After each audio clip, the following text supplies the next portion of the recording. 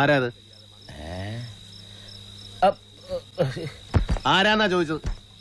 ആക്രി ദാമോദരൻ എന്ന് പറയും. മാക്രിയ? അല്ലടാ, ആക്രി ദാമോദരൻ. അതാരാ?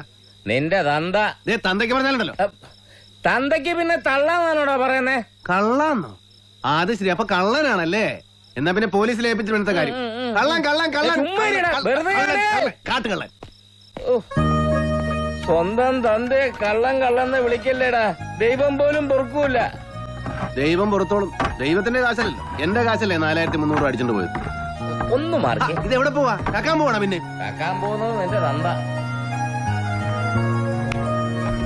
അവനവന്റെ മക്കളുടെ കാശ് ഒരച്ഛൻ എടുത്തുകൂടെ? പിന്നെ ഞാൻ ഇല്ലാത്ത കാശുണ്ടാക്കി വണ്ടി പിടിച്ച് തല്ലി പിടിച്ചുണ്ടാക്കുന്ന കാശാ.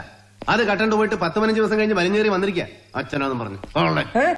ആഹാ, ഇനി ഞാൻ ആ പഴയ സത്യം വിളിച്ചു പറയും. വേണ്ടി വന്ന പുറത്തിറങ്ങി നിന്റെ മായാബസാറിലിറങ്ങി നാട്ടുകാർ കേക്ക് വിളിച്ചു പറയും. എന്ത് വിളിച്ചു പറയും? കള്ളൻ, നീ പെരുങ്കള്ളനാന്ന്.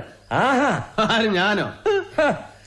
എന്റെ കെട്ടിയോള് തട്ടിപ്പോയപ്പോൾ അവിടെ പാവനസ്മരണയ്ക്കായി ഞാൻ നിധി പോലെ കാത്തു സൂക്ഷിച്ച 3 പവനും 2.5 പണവിടെ തൂക്കമുള്ള സ്വർണമാല 17ാമത്തെ വയസ്സിൽ കട്ടോണ്ട് നാട് വിട്ടുപോയ നീ കള്ളനല്ലാതെ പിന്നെ ആരാടാ? പോലീസോ? കള്ള?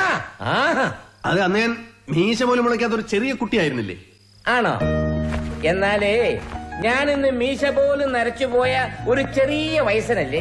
എന്തായി കാണുന്നത്? കട്ട കാശ് കൊണ്ടാണെങ്കിലും പുതിയ ഷർട്ട്, പുതിയ മുണ്ട്. എന്നാ പിന്നെ സ്വർണ്ണമാല കൂടെ നോക്കിയായിരുന്നു, പക്ഷെ ക്യാഷ് തികഞ്ഞില്ല.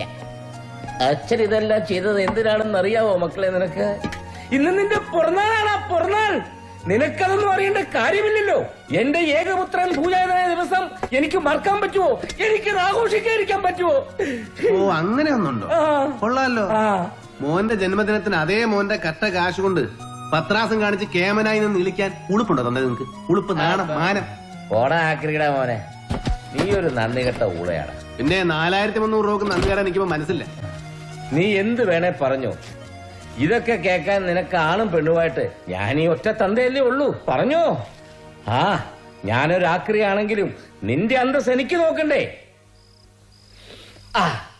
അസല് ചെർപ്പളശ്ശേരി ആട്ടുംതലയിട്ട് വാറ്റിയതാ. നോക്കുന്നോ?